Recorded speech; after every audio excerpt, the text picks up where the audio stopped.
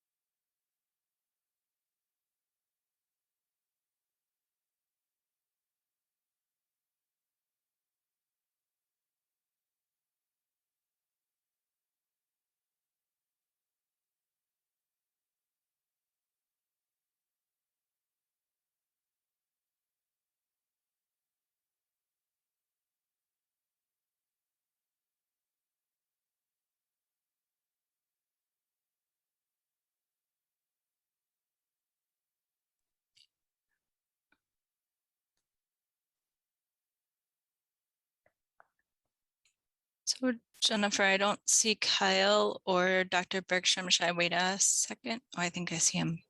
Dr. Bergstrom's coming in now. Kyle's running just a few minutes late, so he'll join us in progress. Okay, then I'm going to go ahead and call the library board meeting to order at 5:02 p.m. Can I have a roll call? Sure. Nelson. Here. Shuda. Stata. Here. Bergstrom. Here. Hession. Here.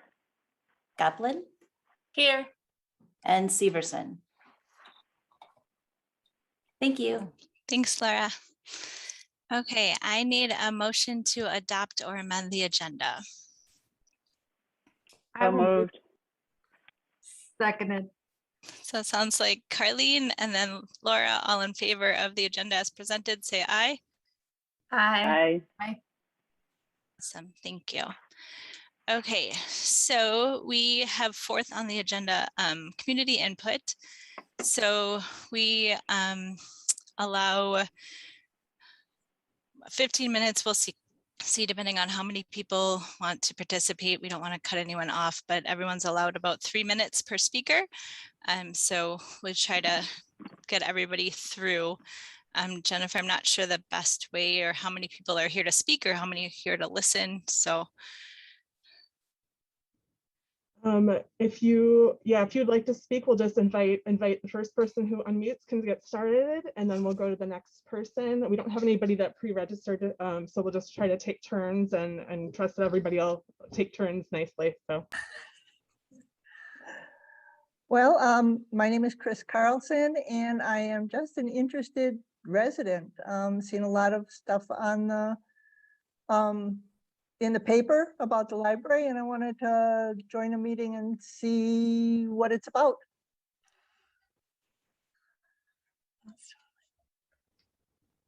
Okay, anybody else? Hi, this is Casey Herneman. I am speaking on behalf of the Oregon Nature Alliance. It's our stance is to maintain the Keller Alpine Meadows area and the surrounding parks, the Lerner, Dega, DiMaggio parks as a natural gem within the community, and not have any buildings built on that. The benefits for maintaining this as a natural space include reduced flood risk from planting deep-rooted native vegetation, whereas buildings, parking lots, sports fields would increase the amount of water leaving the site, flowing through the wetlands and ultimately adding to the flooding problems along Jefferson Street and downtown. Some other benefits are improved water quality as native vegetation filters pollutants from the runoff. This benefits the quality of the wetlands in the 4 parks, as well as downstream to the Badfish Creek, which is an area that's highly used for canoeing and kayaking by many of the village residents. Other benefits are a benefit of carbon storage to mitigate impact of climate change from the amount of carbon that would be stored in the deep roots, future cost savings by the village as initial development would cost money, and then considering the cost of future flooding issues, mowing sports fields, lawns around the park, or sorry, around the library building and everything like that. We would be maintaining and increasing the wildlife habitat through saving the threatened wetland and the upland prairie ecosystems, and limiting traffic. That was a major concern from the survey that we had previously, and maintaining that continuous path. Regardless if that continuous path is moved around the building, you would still have the increased traffic from the parking lot of the library. All of these are reasons to keep Keller Alpine Meadows as a natural space, but then also considering keeping the library downtown, I feel is very important. It's close to the schools, it's close to the senior center, and especially those residents who are in the less wealthy areas of the community to maintain close proximity to their housing due to transportation concerns. Thanks for listening. Thank you, Casey. Jenny, I think Mary Norrell has her hand raised next. Yes. Thank you. Can you hear me? Yes. Okay, I would just like to go on record as saying that I feel very strongly that we should support the library in a downtown location where it's accessible to everyone. And that's all I have to say for now. Thank you.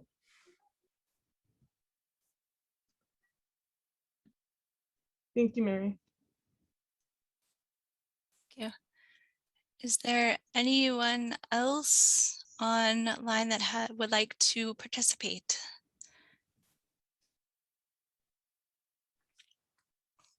Okay, I thank you guys for taking your time to be here and speak. We appreciate it. We're going to go ahead with the agenda if that's okay. The beginning part of our library board meeting is pretty boring. It involves paying bills, so we will start with that. I need a motion to approve the minutes from September 8th, 2021. So moved by Goplin. Thank you. Is there a second? Second session. All in favor say aye. Aye. Aye. Opposed? Okay, thank you. Next is approve the minutes from August 11th. Oh geez, now Jennifer's scrolling. Hold on. Sorry. Nope, we did that. Okay, so we need to review and pay bills and accept the financial reports. Can I have a motion to review those?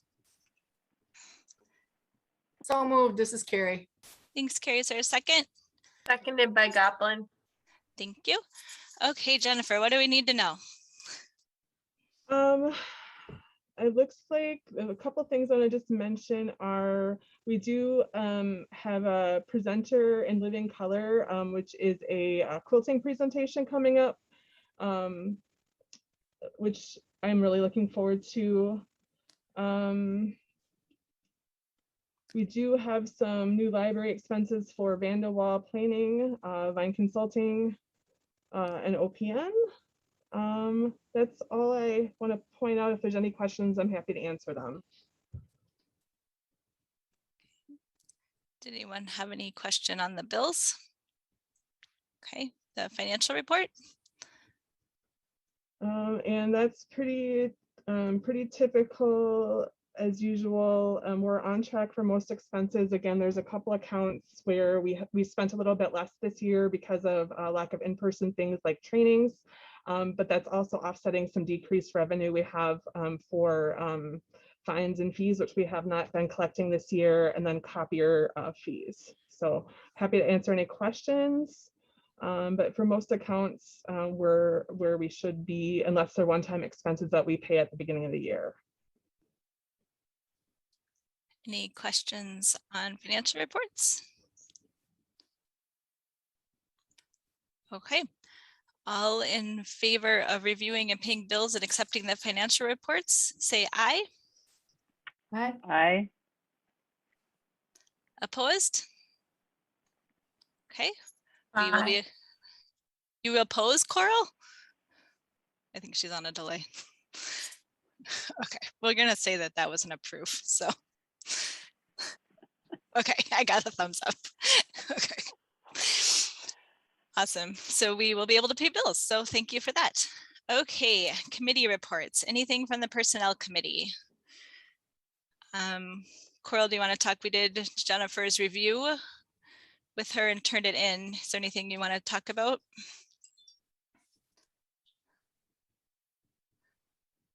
Oh, Coral's gone. Dr. Bergstrom, do you have anything for the committee, personnel committee? Other than what you mentioned, we have nothing new to report. Okay, thank you. Building committee. I guess that's me, unless Jennifer, you have something. We haven't met with the building committee. We've just been updating them kind of as we're going along with some of the presentations to the village board, to the library board, just kind of trying to keep them current with what's going on. And then once some of the details are ironed out, we will start meeting again as a building committee. Anything different? Okay, library director report. So we had Marie Messenger start as a library page in September. So we now are back to full staffing levels for the first time since the pandemic started, which is wonderful. Our budget presentations, the village board the village board will be covering our part of the budget on their meeting on Monday, the 18th. And it's currently recommended as we voted on it, with one change being the updates to the health insurance accounts, and then the 20-hour CERC position they're proposing starts mid-year instead of January 1, which is fine. I attended a ton of Oregon board meeting earlier this month to update them on our project. They're an ongoing supporter of our project as well. Just a reminder that we're going to be closing early on October 27th due to the village staff training earlier in the day, which is going to affect staff availability in the evening. Our Friends book sale is coming up on October 23rd, so stop by. It'll be at the youth center, and most of our programming is funded by the Friends donations, including their book sale. So that's very wonderful. The Madison Community Foundation has a grant process, which we were invited to apply for funding for the new library. So we applied for that, and we'll hear in about 2 months from now if we were selected. And in your packet, you do have a calendar with some programs that are upcoming. Kelly's doing Storytime in the Park each month, and then they've been doing Tuesday and Wednesday story times outside in Kaiser Park. I think today was their first cancellation due to weather. They're keeping baby story time via Zoom, and then we're doing some hybrid programming for adults. So you have in your packet the calendar that kind of talks about our October programming, and Kelly and Kara are both here, so if you have any questions about programs, they can answer that tonight.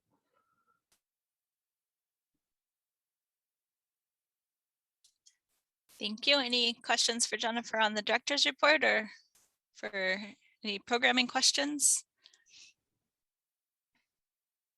Okay. Next is communications. Community member comments regarding the new library site. So in the board packet, board members received emails that Village President Randy Glish received from community members with feedback about the library location. I asked that he forward any emails he received onto us so that you would be aware of the comments that he's receiving. So those are in your packet. A number of those folks are here tonight to listen in. So Any questions about those? I know that we've been trying to read them as we go, and I'm sure everyone is, to make sure everything is heard and listened to. So thank you for sending that information. Village board announcements. Carleen, anything we need to know about? Just that this is an ongoing discussion, and I think that library board folks are pretty engaged in the things that are happening with the village board, the library board, or the library budget's not till next week. So, or the next meeting, I should say. That is next week. So I think that, you know, certainly all of the feedback, there's some more letters that came in today. I don't know if they are actually part of this packet since the packet came out last week, but so there are some more letters that Randy will probably be forwarding on. And I think that's about it. Yeah, this packet included everything we received as of last Friday when the meeting agenda went out. So anything that we've received since then will be included next month for your review. I might send them out in batches before then, depending on how many we get, just to make sure you can stay up on any feedback we receive. Thanks, Carleen. Any school district announcements that we need to know about? I would say nothing right now that's pertinent to this situation, other than I just want to say the kids were wonderful at homecoming. So they had a great time. Seeing them all having fun meant the world, I think, to everybody who was there to see it. So That's awesome. I saw some pictures and everybody looked like they were having a great time and excited to get fancy. So I'm glad we were able to do that. Okay. Discussion and possible action items. Equitable services and considerations. So this is on the agenda. We received in the community feedback, we did receive some concerns about making sure library services are equitable moving forward and how that plays into the decision for a library site. And that is obviously an important conversation, and one that, you know, needs to take place not just now, but on an ongoing basis as our services and our location, and just always an important conversation to have. So I invited Kara Ripley, our adult services and outreach librarian, and Kelly Allen, our youth services and community engagement librarian, here to talk about some of their efforts that are already ongoing. And then they've also always have some opportunities they identify for future growth and improvement. Some of our services are a little limited bit by staffing levels or space, but, you know, in a new library, you know, we'll have more opportunities. And then we're also always trying to improve even with the space and staffing we have available now. So we just want to kind of frame this discussion, because no matter, you know, whether we're in this current building or whether we move to a new library, whether it be wherever it is, that discussion and those services will be something we want to think strategically about and always continue to analyze and evaluate. So I'm going to turn it over to Kara first to talk a little bit about what she does, and then Kelly will talk after Kara's done. Hello, everyone. Can you hear me okay? Good. Okay. So hi, I'm Kara Ripley. I am the Adult Services and Outreach Librarian. And what outreach means is providing access to library services beyond the brick and mortar building. So we currently have a homebound program that allows those who live in the Village of Oregon to receive deliveries of library materials. So how the program works is, first the person needs to apply, and part of the application process is to have a professional attest that they are homebound. So folks at the senior center, a home aide, or something like that would be considered a professional. It doesn't have to be strictly like a doctor or physical therapist or something. We basically want a non-family member to verify that our services are needed for homebound service. Once the paperwork is received, I pick out materials for them based on their interests and then deliver materials to the person's home. Folks who live outside the Village of Oregon boundaries can use Dane County Library Service or the Wisconsin Talking Book or Braille Library for homebound services. And these services can also be used in conjunction with our homebound service. So it's not an either or. There's several options for folks to use. Another option for people who have trouble getting to the library is to give permission to a friend or family member to pick up materials. And this is a widely used circulation process now. Before the pandemic, the library made monthly homebound deliveries to Main Street Quarters, the assisted living facility on Main Street, and I selected reading materials for 5 residents at that location. Since the pandemic, they stopped receiving materials, and we haven't picked up with that again yet, but we hope to do more of that in the future. We have other partnerships in the community, including the food pantry. We used to have a donation bin in the library's foyer, but of course, pandemic times changed a lot of things. And in March of 2020, we had planned to do a Food for Fines event where we would accept food donations to pay off library fines. But then March 2020, of course, the pandemic got in the way of that.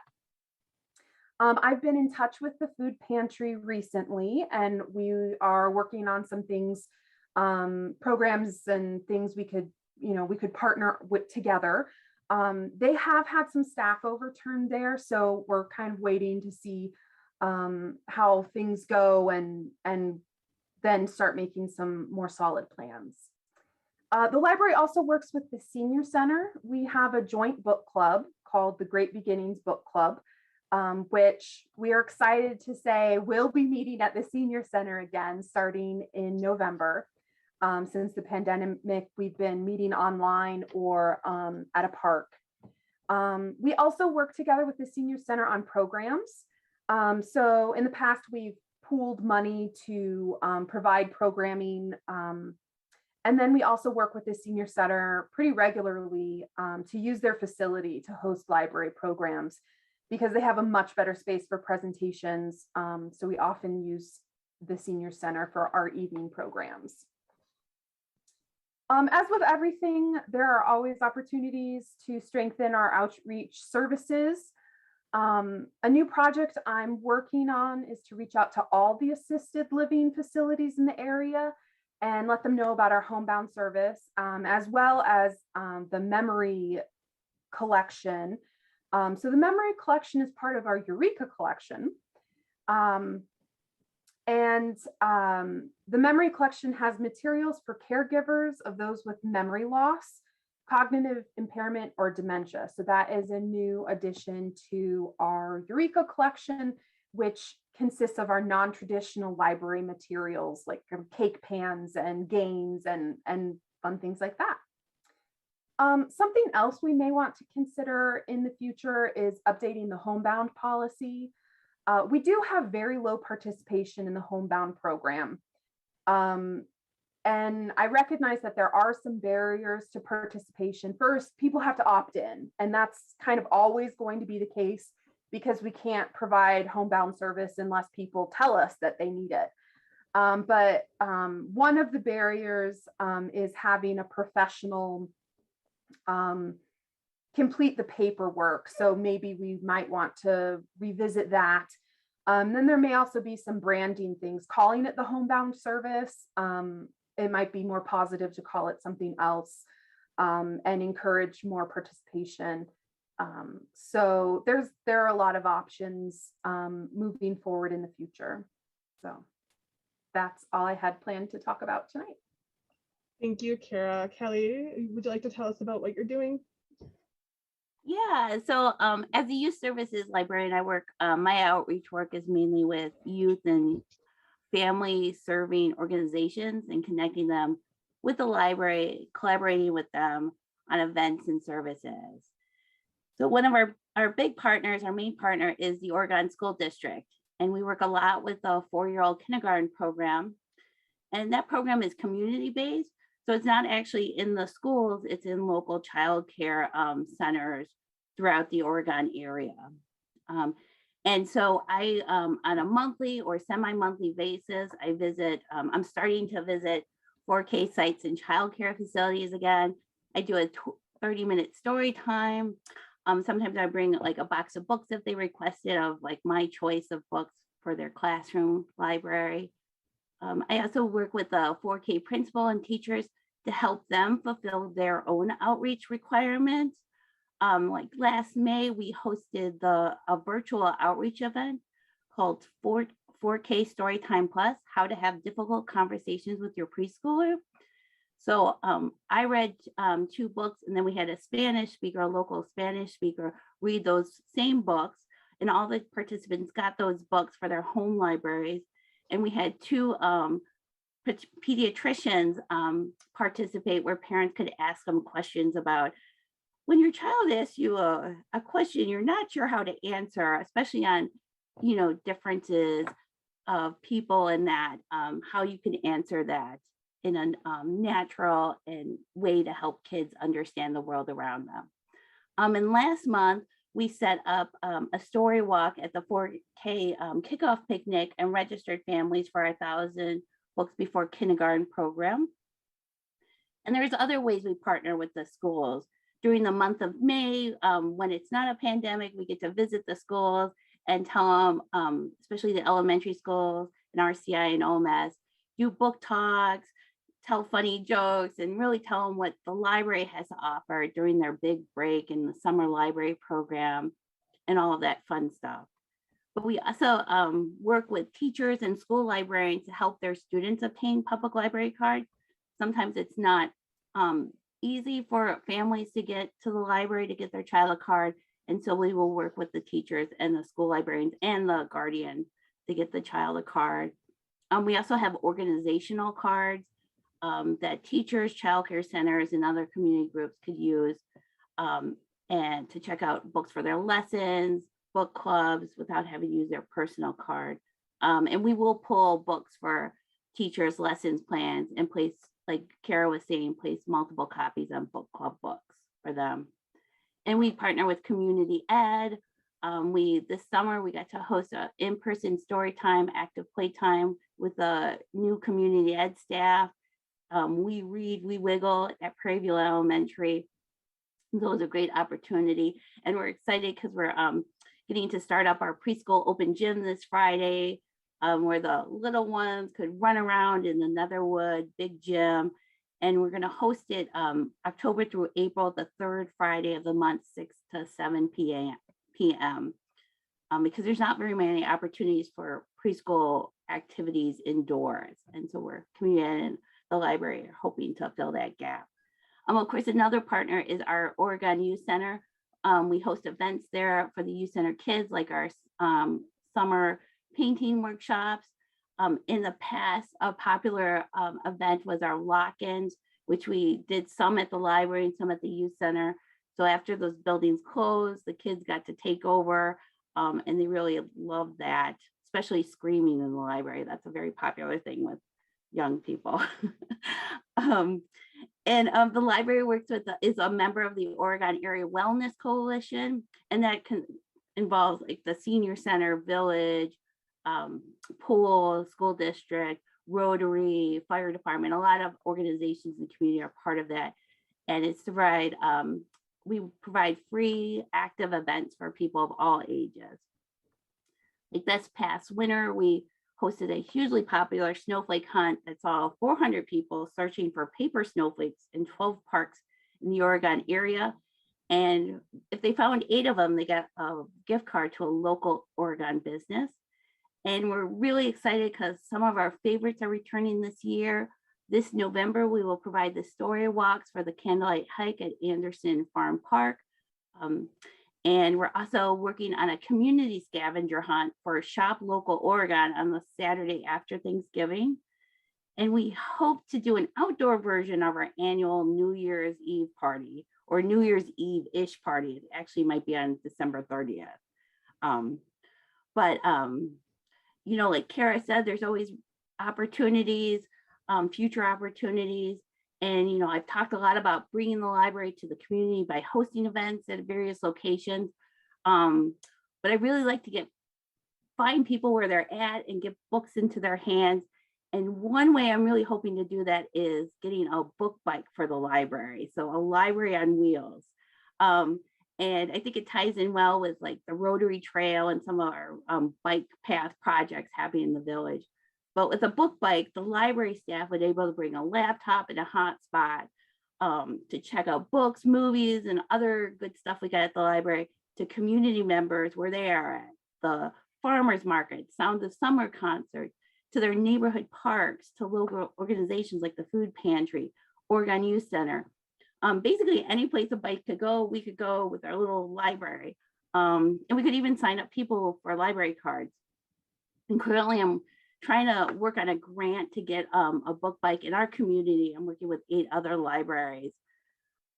But it's always, talking about that, it's always, I guess one opportunity is just working with the schools for more ways to make it easier for students to sign up for a public library card, and just to collaborate more with the schools on creating reading and literacy programs that really connect our families to all the resources available to them in the community, in the schools.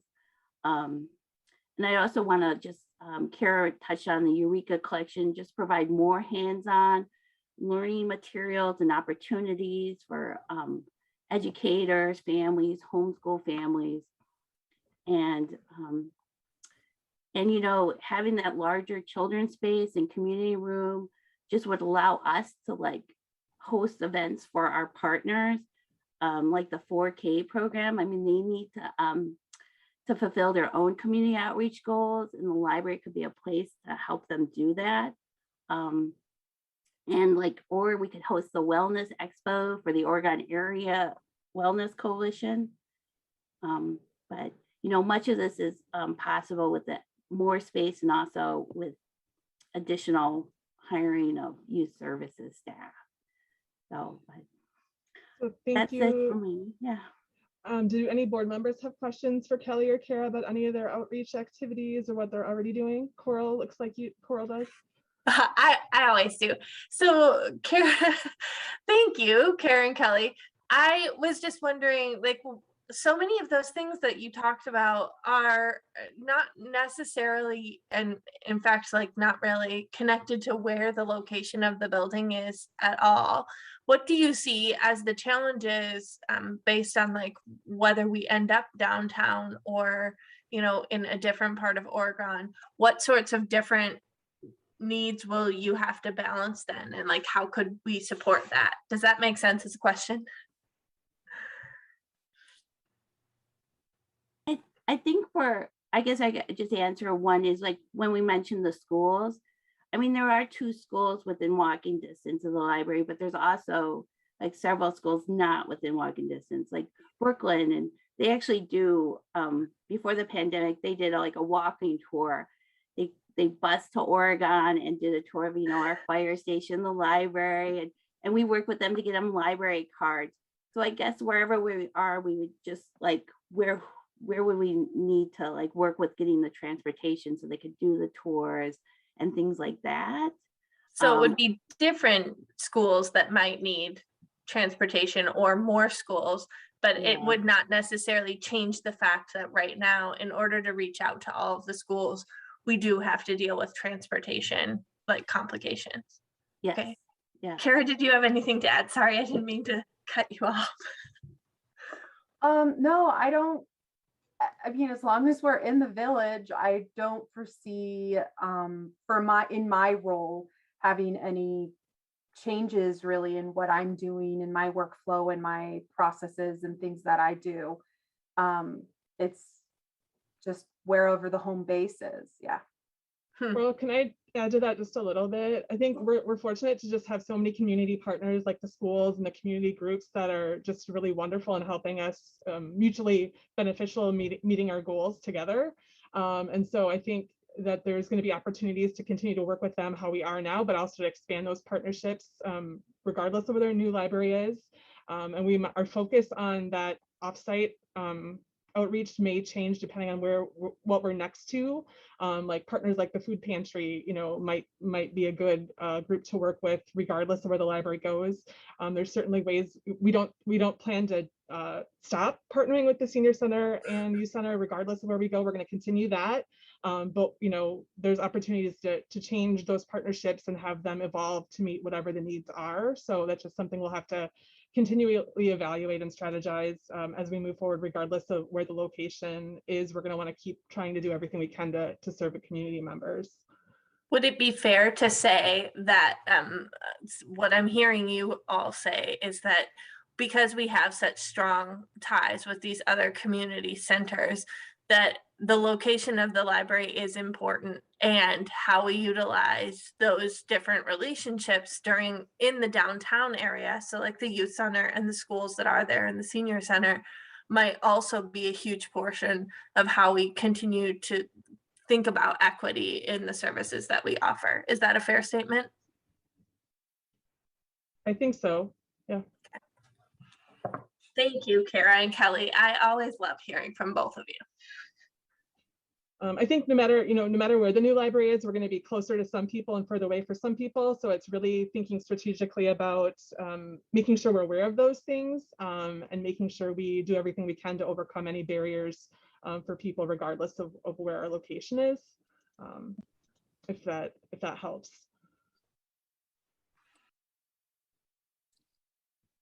Okay, thank you, Kelly and Kara. You guys are amazing, and we couldn't have our amazing library without the both of you. So everybody I talked to is like, just as long as they're there, we're good. So we just want to thank you guys for everything you do. Okay, next is the new library site review presentation and discussion. All right, and I'm gonna bear with me for a second. I gotta stop my screen share and switch over to a different one. So hold on for just a moment.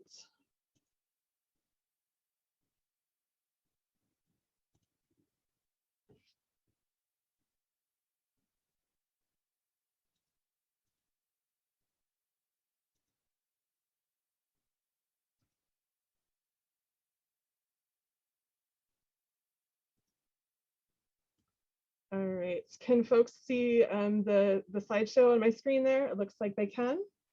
Okay, so tonight we have a number of folks here to help kind of give you some background on our library site process that we've been going through since we got additional information about the North Main Street site. We have Jenny, our library board president, is gonna kick us off in just a moment. I'm Jennifer, I'm the library director.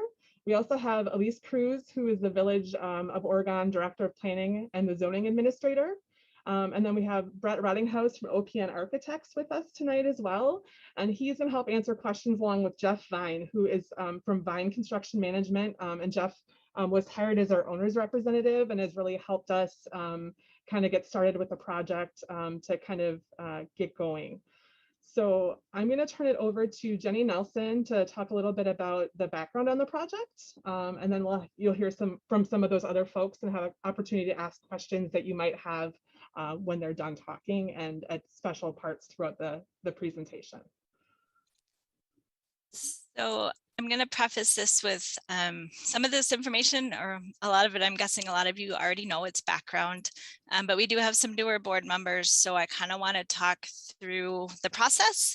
I don't know about you guys, but like the last 3 years have kind of been a blur. Like I'm not even sure it's 2021 at this point. So I'm just kind of want to kind of go through the history and where we are and what the next steps are. So I kind of typed up what I'm going to say, so I apologize if it looks like I'm looking over there. That's where my screen is. So I'm going to start. There have been a lot of questions recently about how we got to where we are and why the full impact of the site challenges weren't known earlier. To help answer these questions, I want to explain the work that's been done and the process that we've been following. Starting in 2009, there are actually library board meeting notes of discussions with the village of needing a significant addition to the library or the building of a new library, which is only 14 years after it opened. In late 2016, the village decided to purchase the 249 North Main Street lot for a municipal building. And in August of 2017, it was decided to designate the Main Street site for a new library, following recommendations by the village planning consultants. However, this approval was conditional and required that a memorandum of understanding between the village and the library board was created before the site could become official. The MOU was done because the relationship between the library and the village is different than most other municipal groups. I'm sure you guys all know, but I'm not sure the general public knows. that the library board has independent governing rights from the village. A good portion of our funding comes from village taxpayers, and we serve the greater Oregon community. So we coordinate and work closely with the village board to operate the library. However, the different rules that govern the library than other village groups. So creating a strong memorandum of understanding, a contractual agreement between the boards, was crucial to define the roles of the different boards and specific steps and milestones of the process. Developing the MOU started in August of 2017, shortly after the North Main Street site was selected for the library, and the completion and approval of the MOU on October 28th, 2018 allowed the library board to proceed to the first exciting step of hiring an architect, hence why Brett's here today. In February 2019, OPN was hired, and the library board and staff worked with the community to hold 35 plus hours of listening sessions. There's a beautiful pictures of them here, speaking to over 130 people from many different community groups. This was done to understand the needs and vision of the Oregon community for their new library. From these meetings, a few themes were most repeated. Connections with nature. I don't know if you want to go to the next slide. Sustainability, rooms with a view, quiet reading spaces, room with a view and outdoor opportunities, so green space. And the need for a library with a children's area separated from the quiet reading spaces, work areas for staff, computers and study spaces for students, and meeting areas for community groups were all identified. With these needs and desires in mind, a space plan and a conceptual design were created for the designated site of 249 North Main Street. It was this conceptual rendering and floor plan that were used for fundraising purposes for the next 2 years. So I kind of put together this timeline that helps kind of show what's been going on for the last couple of years. If you want a copy, I can send it to you. So we fundraised for the 2 years, including part of the pandemic. And this was during this time, the MOU agreement stated that architectural and engineering work could not proceed until the funds necessary to pay for the estimated cost of constructing this conceptual design were raised, which meant that during the fundraising period, no additional site work, design, or engineering was performed. We didn't pay the architects, we were just fundraising. We focused on raising money to build the library and how best to support the community during the pandemic. In February 2021, an amazing community fundraising effort of $2 million was presented to the village board, who then raised their support of the library from $6 million to $10 million. And with this increased funding came the mission of creating a sustainable building to support the needs of the community for now and the future. With the estimated conceptual design funding procured, the MOU allowed the next step of formal design to proceed. The library board hired an owner's rep, that's why Jeff is here, hey Jeff, to assist with the design and construction process. And then in July 2021, the architects and engineers started with preliminary civil engineering design and site layout, while their contract was being finalized. It was during this design that the issues of poor soils, site grading, tree removal, and other concerns that had been previously presented to the village and library boards came into sharper focus. While some challenges were anticipated, it was only through the recent civil engineering work that sufficient information became fully available to understand the cumulative impacts on the new library project. These challenges would result in a library different than our community envisioned, and one that wouldn't accommodate future expansion, green space, or proper water maintenance, all things that came in the visiting sessions as important to the community. The guidance from both boards was to pause and look at potential other options that could better meet the needs of the library, desires of the community, and the best use of the available funds for the library project. With this guidance, the design team has been meeting the last few weeks with village staff to review sites that would be a possibility for locating the library. They've looked at sites suggested by community members, board members, and proposed some options of their own. And to go through the sites and help explain these options, I want to introduce Elise Cruz, who's again the Oregon Director of Village Planning and Zoning. Thanks, Jenny. And I've got a little peanut here too. This is Rosemary. So apologies for interruption. We'll try to do the working mom thing here. So, all right, thanks. So as Jenny mentioned, we've taken the last couple of weeks to, receive a lot of community input, kind of go back to the drawing board a little bit and just make sure that all viable sites were reviewed, and we had a procedure to sort of go through and provide what we think are, the best options to consider and look a little bit further into. We've sort of divided these up here, as you can see, into village-owned sites and then privately owned sites where purchase costs would certainly need to be a consideration as part of any library project. So I'll go through just briefly these 12 sites here and some of the points about, some challenges and opportunities that these sites propose. So village-owned side, obviously our 249 North Main Street site is the site that there's been focus on fundraising and plans and all that started that we've been talking about for this library the last couple of years. The current site on Brook Street is sort of an amalgam of several village properties with the senior center, library site, and the post office is actually owned by the village as well. So that site is about 2.6 acres in size. Kaiser Park is right across the street from the current library parking lot, kind of between there and the pool. Kaiser Park is approximately 5 acres in size. It's one of the lowest points in the village. The Badfish Creek branch that runs through the village is actually undergrounded through that area.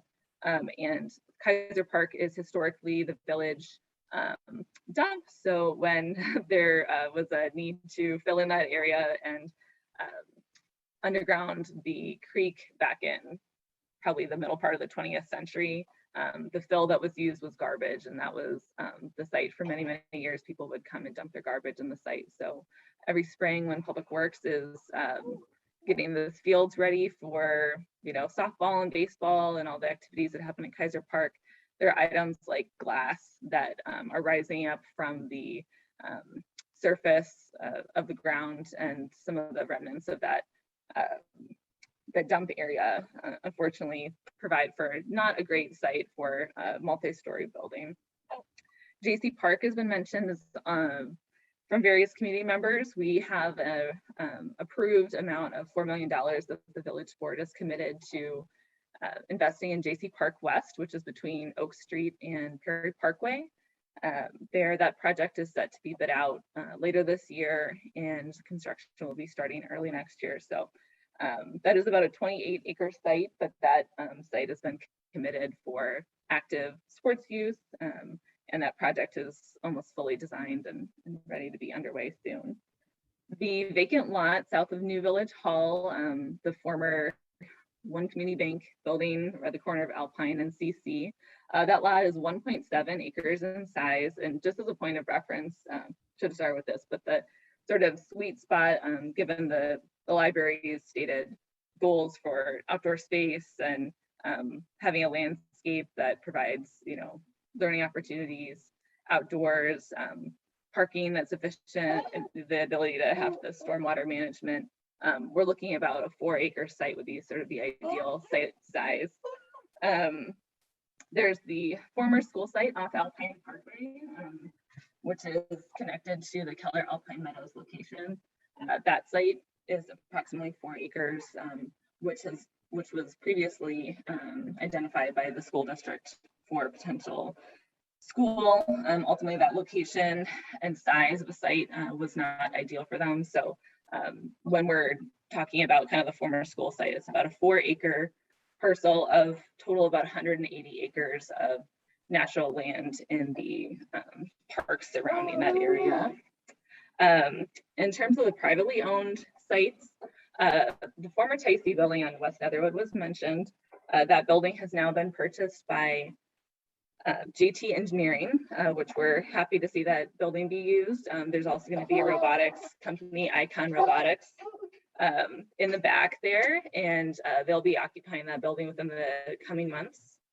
The Lease family site is on the corner of Netherwood and Main Street, just across from the Catholic Church and Walgreens. It is about 4 acres in size. Currently, our comprehensive plan shows that as more of a mixed use site, and also, again, privately owned.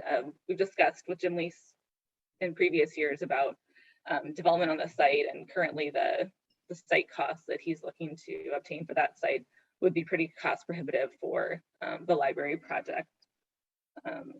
The 56ers building, athletic gym up on Braun Road is obviously currently occupied. That's about a 2.8 acre site.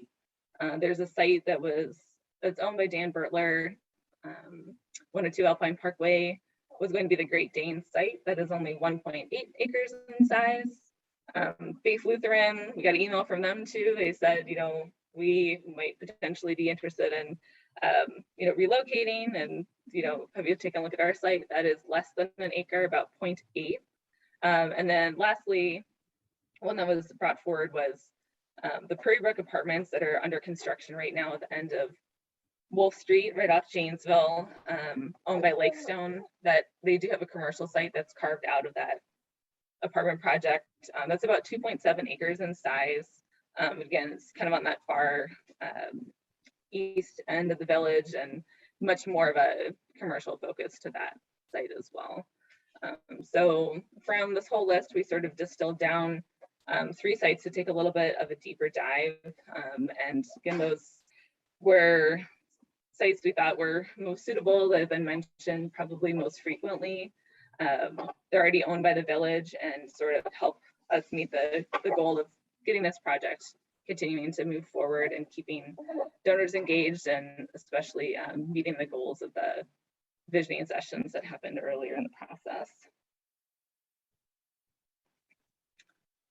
So the first one we took a look at was the 249 North Main Street site, the site we've been talking about for a number of years. Here again, just for each of these, we provided a table that just outlined the acreage, the zoning, and what the comp plan or future land use plan designates this area for. So currently this is actually still zoned as 2-family residential, which is consistent with the area, the neighborhood surrounding. But our future land use plan does show this land to be an institutional use. So if it weren't a library, other uses in this category are schools, museums, long-term care facilities, parks, things of that nature. Some opportunities that exist here on the site is located near 2 of the elementary schools in the district, located near downtown, depends on your definition of near, I suppose. There's definitely some design work that has already been started for the site, so that's an advantage. And then, of course, the fundraising has been done with this site in mind. The challenges of the site, as we know, there's a lack of space for the desired building footprint, green space, that's been, a high priority for the community. Parking has been discussed, ad nauseum this summer, but parking is certainly an issue here. Access and stormwater management, essentially just trying to fit too many things into this small limited site that has a very unique layout and some serious groundwater issues here too. There's the crosswalk needed across North Main Street, and there's been concerns brought up about safety. There's limited room for future expansion, and then that cost premium due to the poor soils is something to take under consideration. Another site that's been brought up many times and we took a little bit of a deeper look at is the current Brook Street site. As I mentioned, there's 3 parcels here that are currently owned by the village, and as well as some right-of-way that's on the eastern side of the library and the parking lot. So potentially if we grouped all of that land together, that is about 2.6 acres. This is in our central business, our downtown zoning district, and our future land use plan shows a mix of uses on the site. It's certainly located near downtown and has proximity to the schools, youth center, the senior center, and Genesis supported housing right across the street, which is 40 units of housing. Some challenges of the site. Currently, this is the preferred location for the new senior center, given its proximity to senior housing and other amenities downtown. There's additional costs to improve and replace poor bearing soil at foundations and parking site concrete areas. Removal of replacement of saturated soil during construction would be needed as well. Again, some of the same issues as I mentioned with Kaiser. This is a very low area of the village. There's a reason why we've got Brook Street and Spring Street and all those names that are watery names. It's indicative of the history of the area. There's challenges with management of stormwater and dewatering of excavation. So expenses that come along with all of that. Sorry, my phone's ringing here. More considerations about poor soil. The senior center and the post office would need to be relocated permanently from the site. Not that they could be located somewhere nearby, but we have laid the library footprint and stormwater and parking needs on this site and simply does not fit just the library itself. The senior center has also not done any work in terms of envisioning what their future space would look like. And so we want to make sure that we allow them time to go through their process and understand what their space needs are as well. The library would need to find an alternative temporary site to operate while new construction occurred. Obviously, that site would be quite, unusable during construction. So the cost and time to find an alternative site would be some challenge of the site. And then, as I mentioned, the footprint, parking, stormwater, those needs for the site. This is actually a smaller site than the North Main Street site that we've been looking at the last couple of years.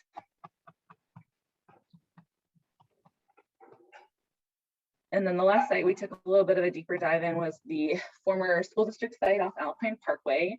The next slide has a little bit of a couple slides. I think we have some information just to clarify the part of the parcel that's being discussed, but approximately 4 acres would be needed to accommodate the library and a little bit of area for future potential growth. The zoning here, this is actually still shown as single family residential. It was originally considered as part of the Oregon Parks neighborhood when that was platted back about 20 years ago. It was a good baby burp. And our land use plan shows this as institutional, so same as that North Main Street site. Opportunities of the site, obviously we've got a lot of room to grow within that 4-acre footprint to expand in the future. It is located near the new Village Hall, should be kind of kitty corner from the site, the food pantry, and Keller Alpine Meadows Park. Opportunity to bring a lot of people out to the park that may not otherwise use that amenity in the village. It's located about 0.4 miles from proposed mixed income workforce housing development by North Point, which has received county funding and will be applying for WIDA funding for workforce housing in the Oregon Parks neighborhood just behind Mulligan's. That would be about 60 units of housing for families and other individuals in the village. There's a lot of potential here for outdoor classroom spaces, nature education, and wildlife habitat improvement as part of the site design. We have some images coming up here too, just to familiarize folks with the site that we're discussing. And the site has been, always designated for a building site and is currently a storage location for a lot of excess soil from different projects that happen around the village. So certainly not right now prime wildlife habitat, but with lots of biodiversity. I think if the library site was chosen to go out here, there's a lot of opportunity to improve conditions and really enhance what's already out there. A library could serve as a trailhead for the regional trail system, and again, bring people out to the parks that may not otherwise have access or have a reason to visit the park. And again, the site has been designated for school development since 2005. Alpine Parkway is designed as it is to accommodate school level traffic demands. So traffic demands of a library would certainly be something that could be accommodated on Alpine Parkway. The challenges of the site, it's not located near the elementary schools that are within the village, the youth center, or the Genesis supported housing off Park Street. It's not located near downtown, but it is within about a mile of the current site. And then soil borings and wetland delineation are still forthcoming on the site. Again, this is the site that's been designated for development for quite a while. This is the highest point within the park area. And so based on information that's already available through the DNR, feel pretty confident that no wetlands will be determined to be within the footprint of what's being contemplated for a library out here. But those studies are still being undertaken right now.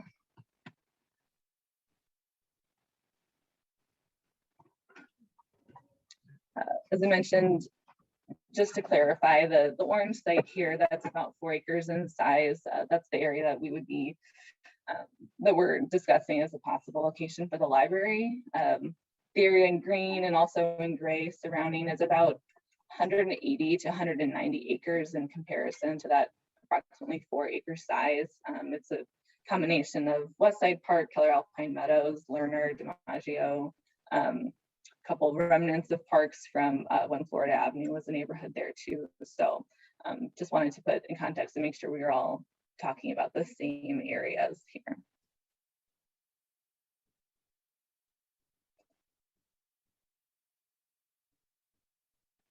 So I think I'm handing this over to Brett now.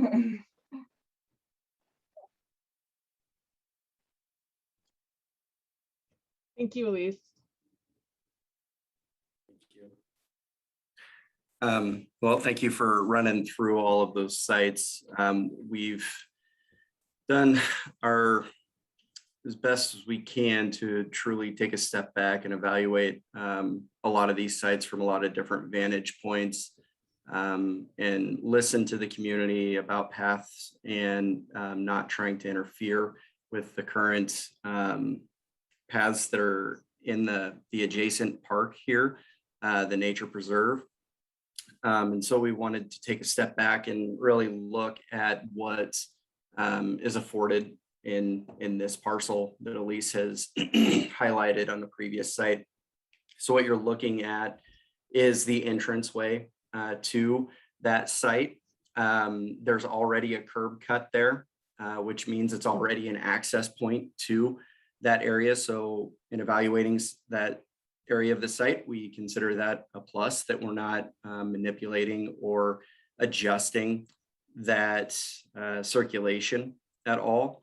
There's also a significant amount of fill in this area. You can start to see it right behind the road closed sign. It is a gravel pit, I guess you could say, filled dirt from previous projects, as Elise had mentioned. So there is quite an opportunity here to improve this site and really make it an extension of some of the more beautiful nature elements that surround it.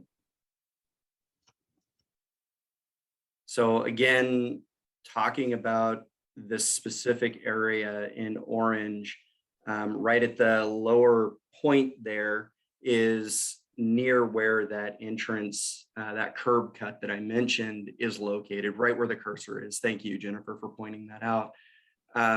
When we were looking at this whole parcel, we had to take a step back and ask ourselves, what is the best location if we were to look at this whole southern bar? What would be the best location for a building for the library here? To the south, there is currently water retention down there. It looks like right off to the right in the right there. There is water retention down there, which means it is already sorry, Elise, it's like I have a little mascot just rooting me on. It's great. I love it. Sorry, that was a little boondoggle there. There is currently water retention in this area, which means obviously that it's the low point in the site. So we would not want to mess with this at all. We wouldn't want to change it because it would be terrible for your building. You're encouraging water to slide towards your building. Two, it would mess with some of the natural habitat down there. When we walk the site, we see ducks, we see all sorts of natural life happening down there. We don't want to mess with that, obviously. If we back up a couple there, Jennifer, sorry, I kind of hopped a little bit there. That's perfect. One forward, sorry. So if we stand on top of that fill that has been brought to the site from other projects in the area, we really start to get a good understanding of how the library can visually take advantage of the natural preserve that's beyond this site. So the preserve is actually beyond these trees.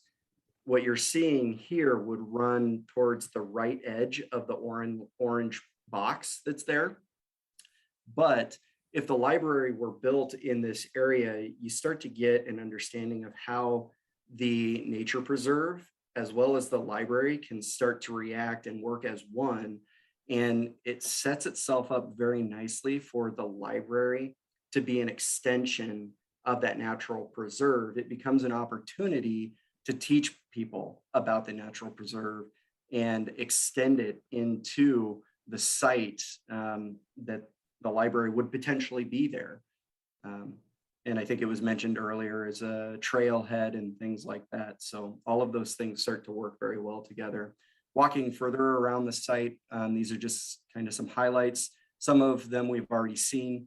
The top one, again, standing at the top of that fill that is currently there, looking over towards the natural preserve or that tree line that is sitting there. Another thing to mention with this is as you pan towards the right and look at the middle image on the bottom, you start to understand that this is the high point in the site, which is very important to keep in mind when we're talking about where to locate the building. There's a lot of benefits coming towards that orange box. One, we're not creating a new access point to this area. Two, it happens to be the high point in the site. And three, it does have this nice connection back to the site. So a lot of things are starting to work in its favor. Right. And then Elise did a nice map for us to kind of show the locations of each of those sites that we talked about a little more on the village current and future growth area map. Elise, I don't know if you have anything to add to that. Sure. Yes, this is a map from our comprehensive plan. This is our future land use map. So areas that are currently, it's a little hard to see here, but the village boundary is hidden within kind of a dark green dashed line. But the areas that are shown in yellow speckled there are future planned neighborhood areas. So we certainly have seen this trend over time, but expect that in the future we'll see neighborhood growth to the west and south of the village. So this slide is really just to illustrate that given future growth to a lot of these sites are all could be considered centrally located within the village, and keeping in mind too that library serves beyond just village residents. So again, we've heard a lot about access considerations being important and something we want to definitely keep on the forefront of our decision-making process and how we respond moving forward. So some of the information that has been mentioned is kind of highlighted here just to kind of put it all in one place. So Elise contacted the county and they did some GIS information for us on the number of households within a half-a-mile radius. And so you can see there's pretty comparable number of households from site to site. And then she also asked for the number of children living within that half-a-mile distance. And you can see those numbers as well. Downtown has been something else community members have mentioned as an important connection for them. And so both the Main Street and the Brook Street side are about 2/10 of a mile from the downtown stoplight at the corner of Janesville, CC, and Main.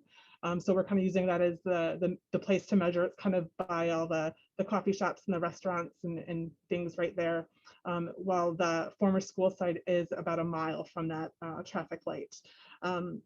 Affordable proximity for senior and affordable housing was something community members have also referenced when they're talking about where they want the library to go. So recognizing that Genesis is right across the street from the current location, and that the new proposed North Point development will be going near the former school site to provide access for some new folks moving into that area. We also heard about nearby community facilities as being something that people were interested in. So North Main Street is near the PV and Netherwood Knoll schools and the pool. And the Brook Street site is also by those locations, but also the youth center and the police department. The senior center, it's currently near the senior center just because we would likely have to relocate the senior center to use that site. It's not on the list here. And then the school site would be near the new Village Hall and the Chamber of Commerce, which is moving with the Village Hall, and right across the street from the Oregon Area Food Pantry as well. Each location has some nearby parks. I am remiss in not including Triangle Park on these, but Kaiser Park near both the North Main Street site and the Brook Street site, as well as JC Park close to the current library. And as we heard earlier, there's a number of those different parks that are adjacent to the former school site. Before we talk about next steps, I'm going to give Jenny, is it okay if we give the board a chance to answer any questions that Brett or Elise or Jeff might be able to answer to help them? We did do a little bit of a deeper dive to kind of show the context for the former school site. The reason being because of the proposed development by the Gorman Company. We wanted to provide some extra context about how big that site would be and where it would be located, just so that that information was readily transparent if that is something that takes further consideration. Are there any questions from the board for Elise, Jeff, or Brett? I have a question, Jennifer. Go ahead. Elise, I just have a question about what the village might be considering for crossing Highway CC at Alpine, because I know that that's a challenge that some community members face when trying to access the park. So I fear that that access would also be a challenge if the library were to go over to that site.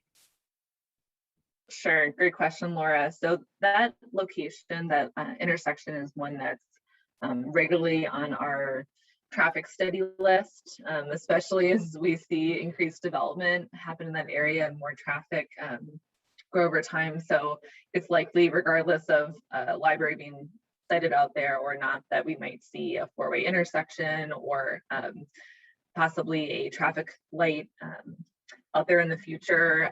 You all may be familiar with the Janesville and Perry Street, Perry Parkway intersection. There is a planned stoplight out there, and there was a traffic study done. There's certain, the DOT unfortunately requires that certain number of incidents happen there, you know, over a given amount of time, and that's sort of what warrants a county-funded or state-funded traffic light. So I know at that intersection, we did not meet that warrant analysis. It's sort of a broken system, but there haven't been enough accidents there. Haven't been enough people out there to get help funding it, but that was a priority for the village. And we decided that, you know, that was something we wanted to fund and put in regardless. So that construction is planned for next year. So that might be something that is similar process for this location. I think regardless, the pedestrian access and sort of visibility of that, and probably doing a different striping. And you've seen at the new Park Street and Janesville Street intersection, there's sort of a raised, bumpy crosswalk, which makes a lot of noise when you drive over it. And so that really pops out more. So I would imagine that we'll see some of those improvements regardless as we move forward at that intersection. Okay, thanks, Elise. I have a couple questions. I don't know. Am I muted? Go ahead, Terry. Okay, so first, I'm not sure who these are addressed to, so whoever can answer them. I wonder if somebody could tell us a little bit more about how it was determined that 4 acres is the right site size for the size of library we want. That's the first question. And then the second one goes back to citing the new library on the site we're at now. I recall back when we had the original visioning sessions that I don't remember who it was, but somebody did talk about the soil problems there. And basically we were told at that time that it just wasn't feasible to build a library of the size we need on that soil. Now I'm hearing that, well, yeah, maybe we could do it, but we'd have to spend a lot of money to get the right supports. And I'm wondering if anybody has an idea, like a ballpark figure of how much extra that would cost. Jeff, would you want to respond to those two questions?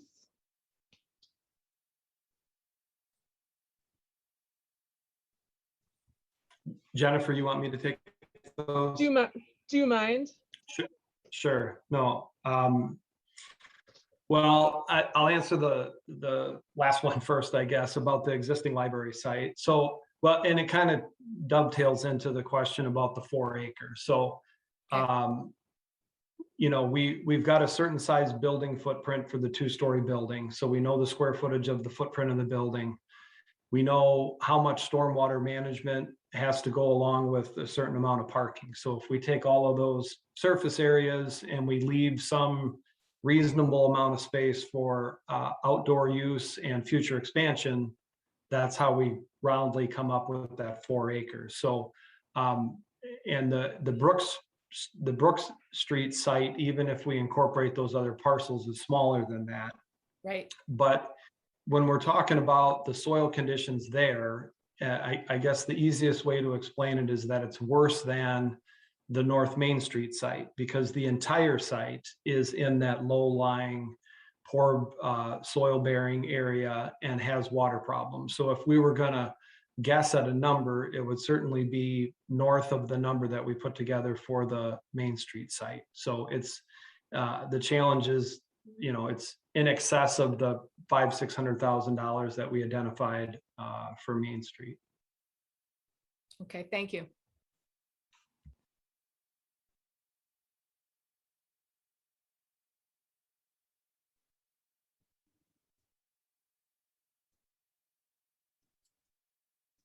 Other board member questions? I have a question. I think this is for Jeff. In thinking about the Wanakee Library and the location of that library and the natural areas around it, I'm wondering what specific steps were taken in the construction plan around that to prevent, prevent as much disruption of natural habitat and other kinds of things, so that the long term, the library there is a piece of the landscape that enhances rather than detracts from the things around it. So can you talk a little bit about how that might be able to happen, and as we're thinking about this possibility? Well, I think it would be very similar if we're looking at the school site, the former school site, the Alpine Parkway site. And, you know, there's been discussion about what's happening with the runoff and how are we impacting the nature areas adjacent, which, like you said, is very similar to what's happening in Wanakee, where we've got the stream that goes right through the backside of that property.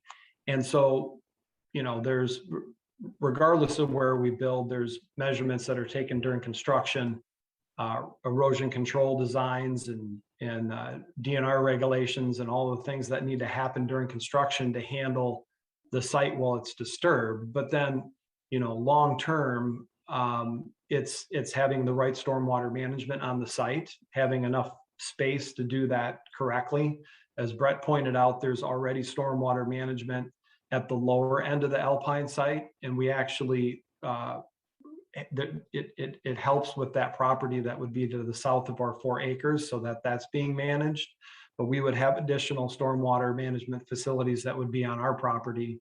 And then you know, just in general, having as much of the rest of the 4 acres be impervious nature, if it's natural prairie, other things, so that all of that water on the site stays on the site, gets managed on the site, and you know, we're not creating runoff. We're actually have pervious areas that are taking care of that stormwater on site. So is that the question, the impact that it might have from that kind of a stormwater management standpoint? And I'm thinking also of increased traffic in the area. I like the idea of greater use of the park as a result of having the library there. I think that that's definitely something that is a plus. But I also have concerns about the increased auto traffic and what that could do, and how parking fits into a design there so that it doesn't impact the existing park. Well, I think one of the things that we saw in Wanakee is that there's a big synergy between what really became another village park, because all of the library property that's outside to the rear of the building is basically another park. And so there's a big synergy between people coming to use that space and using the library and vice versa. So I think that, yes, might there be more people on the path at the Alpine Parkway Park? That it could be, but I think that's a good thing that more people are adjacent there and using those two areas together. As far as the traffic goes, like Elise said, that Alpine Parkway is a major roadway, and it's been designed for much more capacity than would be used with the new library. The library isn't necessarily all at one time during the day. It's if there's events maybe, but it's very much used kind of throughout the whole time that they're open. So I don't think that there's any more impact there than was planned originally. Elise, Thank do you you. have something to add? Elise, did you have Yeah. something to add to that? Yeah, Carleen, I was just going to add, I think somebody else mentioned this, there's certainly opportunities to reroute or add an additional loop around the trail. I think that's something we'd want to do regardless, just part of master planning of that network of parks. There's definitely improvements that can be made, and connecting the trails together and adding other amenities to the park that help people learn about landscape and just provide different access paths. So I think we would see that proposed, another series of paths that if folks didn't want to cross over that entrance where cars would be coming in. But yeah, I think as Jeff was mentioning too, the traffic that the library sees in terms of when people are coming in is probably a little bit more moderated than for school, for example. Everyone's sort of arriving and leaving at the same time too. But that intersection, that curb cut that's there is right across from Oregon Parks Avenue. So again, back to crossings and safety and everything too, the fact that curb cut is already at an existing intersection that's sort of a three-sided intersection. There's a lot of opportunities to make that safer and have really good visibility for pedestrians there too. Thank you. Kara, it looks like your hand is raised. Did you have something you wanted to ask? Or is just your hand raised? Oh, she was just kidding. Sorry, my hand was just raised. I didn't mean to. Okay, sorry, just wanted to double check. Any other questions from board members? Okay. So I'm going to kind of go through the next steps and kind of what the motion is that I'm going to be hoping to get tonight. So we're presenting the different options and the research and all of the different work that's been done by a team of village planners, Jennifer, myself, OPN. A lot of people have been meeting and trying to understand all the options. So we presented that tonight. We are hoping to have the board approve listening sessions for the public. Our tentative dates would be the 26th at 6:30 at Village Hall, and then Wednesday 11/3 via Zoom. So we want to make sure people that don't feel comfortable being together in a group can still listen and ask questions online. So we would like to have a motion to approve the listening sessions, and then we're going to go to the village board on Monday the 18th and ask for their blessing or input, or if there's any improvements to our listening and public input process, to get them to approve that, because we want this to be a joint effort between the library boards and the village board. So that's kind of the hope, is that we will be able to have the village board approve our public input sessions, see if get kind of their feedback, and then have those listening sessions, and then share all that information with you all. Hopefully you'll all come to the information sessions. We'll continue to pass on all of the emails and letters that are being sent that were given. And then we would hopefully be able to come to a library board site recommendation that we would then take to the village board for their approval. So, and then hopefully, you know, proceed with design work. Happy January, everybody. No, I don't know. That's kind of the goal, is to be able to start the new year and start back with design and not get a huge delay in the process. So that's kind of the next steps. Is there any suggestions or questions about that? Can I just clarify before people ask questions that the intent would be for the public presentations to be recorded by OCA Media? So any board members, either village board or library board, that couldn't attend those live would be able to view them later on. And that's part of the reason those dates are still tentative. We're making sure they can staff those. And then the other point is we do have that memorandum of understanding. So if we were to get to a point where there was not a mutual agreement by both boards of a site, the North Main Street site would be in effect as the site that would be, that would still prevail if there's not agreement. So hopefully we can come to a joint consensus, but if not, that North Main Street site is what is currently agreed upon right now.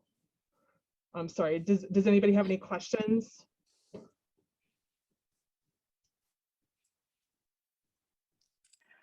Is there somebody who's going to be designated to facilitate those listening sessions?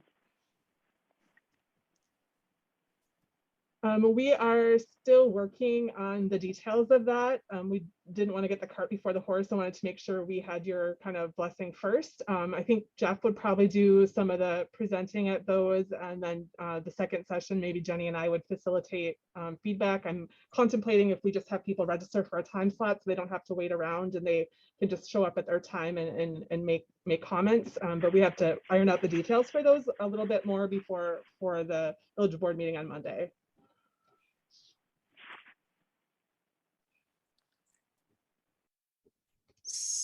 So I guess I would appreciate a motion to approve having public listening in sessions on Tuesday the 26th and Wednesday the 3rd, pending approval that OCA Media can be there, and requesting to present that to the village board on Monday.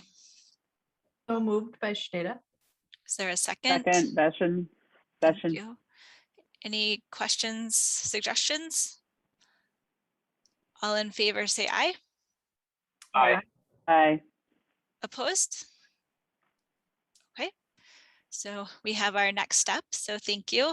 And hopefully you guys can put those on your calendars and be available. So I appreciate that.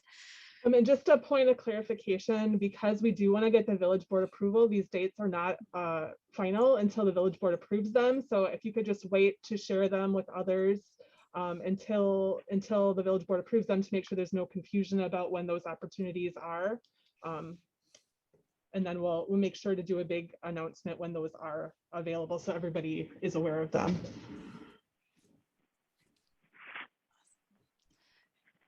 So that is the presentation. I think we went through the process for community presentation. So now we have closing and future agendas. So our next meeting is Wednesday, November 10th at 5 p.m. Our next joint village board meeting is to be determined. Are there additional agenda items anyone wants to add for future agenda items? Okay, I vote that Elise's baby comes to all of our meetings. That's my personal opinion. So then I just need a motion to adjourn. I'll move So by moved. Shneda. We have Shada and looks like Beshon is a second. Yep. All in favor say aye. Aye. Opposed? Thank you all for your time tonight. Reach out with questions. Thanks. Thanks everybody. Good night, everybody. Good night.